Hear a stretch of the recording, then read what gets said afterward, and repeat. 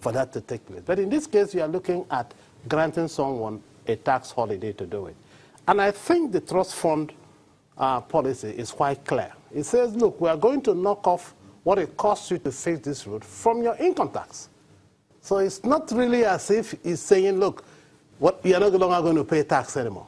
So people get on, most understand this. So if a company's income tax is 100, is a 10 million, That's and you spend 3 million, That's right. you still got to pay 7 million naira income tax. That's right. Income tax. You still have to pay that. So it shouldn't be mistaken that this is saying go home and sleep. Because no, that's not what it's saying, really.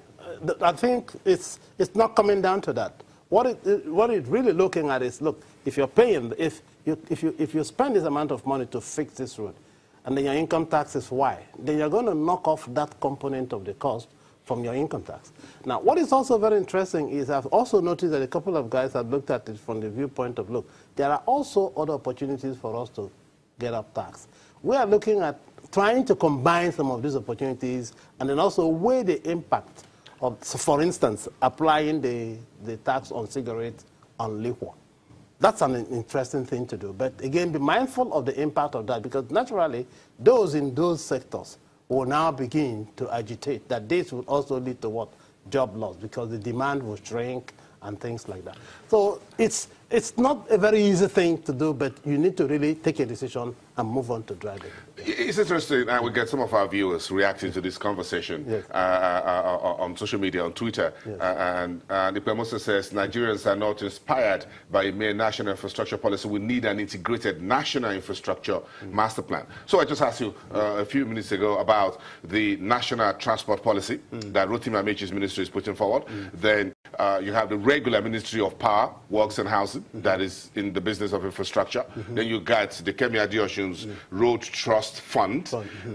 Do you think all these are coordinated or need to be coordinated into a single infrastructure master plan? They must be coordinated. Incidentally, these are all members of the executive, Federal Executive Council. And the National Economic Council as well. That's right. So there is need for them to sit down and look at how you can get these different plans here and there to be fully integrated.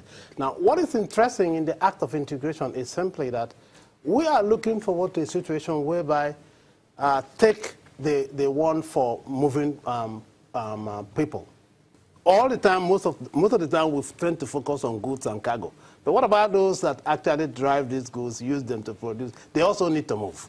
And in that context, I'll give an example. Guys coming from Lekki Access, for instance, they bought a bus, a BRT bus, for instance, and it takes them, and they are going to Yanokwaja. You will notice that when they get to TBS, they probably will have to change, do all kinds of things, waste time there before they then move on again. But when you talk about these plans being integrated in such a way that it provides us a seamless means of movement. A monorail. That's right.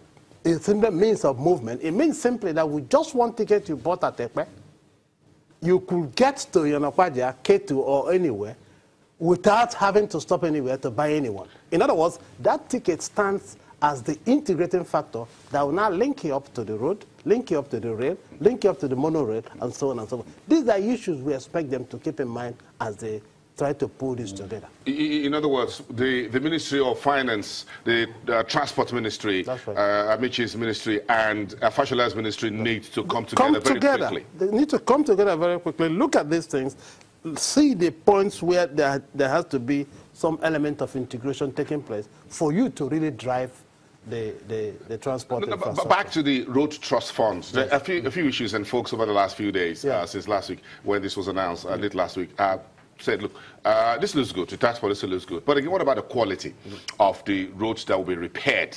How are we going to ensure that government is not shortchanged? Fine. And at the end of the day, you don't have a company repair a road, get a 3-year tax holiday, the road gets spoiled within a year, then goes back to the government and say, I want to do it again, because it's going to get spoiled within another year. Then it becomes a musical chair. Yeah, that's where the corrupt trappings come in. And now that we are aware of this, we need to really tighten up these areas. What's the process for really delivering on this tax holiday, using the tax holiday incentive to drive to drive the construction. Because right now, corporate organizations are going to be scratching their head, are going to take maximum advantage of it. Yeah, well, but once you come up with the processes that will help drive this, then you will assure. You remember the minister said, I haven't even seen the design. That is a critical factor. You need to see the design of this road. You need to see the quantitative inputs that go into that. And then we need to appoint good guys who understand what it takes to build roads using cement, which has been proven and tested all over the world. Concrete. Concrete. Quite good. And then get these things in place. Now, once this road is ended, you need to also establish who takes over from this road, who maintains this road going forward. And of course, you need to be very clear as to how long will this road last before you really get down to real, very serious. So that government gets value for money, or the people of Nigeria gets value for money. Because we've got this problem in which roads are repaired. In 6 months, in 3 months, you got one very heavy downpour at the middle of the rainy season, and the whole road is washed away. Then we're back to the starting block and start to let's bid again for this. Because that's one area Nigerians are beginning to say, hold on a second, Kemi Adeosun, the finance minister, honorable minister, this looks good, but again, corruption, corrupt practices and bad behavior could come in here in this public-private partnership handshake. That is really the challenge of everyone, not just the government. Those who come in there with a view to really taking something out of where they didn't sow are actually part and parcel of these problems. So I think it behoves the government and these three ministries to really sit down and fashion out clearly how they are going to take this forward, so that we get to getting the right road infrastructure, in fact, transport infrastructure going. Now, once you have this going, that's when the interesting thing. The investor doesn't ask who built this road. He gets in there, the road is through, he can move his cargo in and get them out. He doesn't really want to bother who built that road. No, he's interested in the fact that it takes him 5 minutes and it's cheaper to move his cargo from one point to the other. Very interesting. You have a long way to go back to Lagos Business School, and I understood why you used that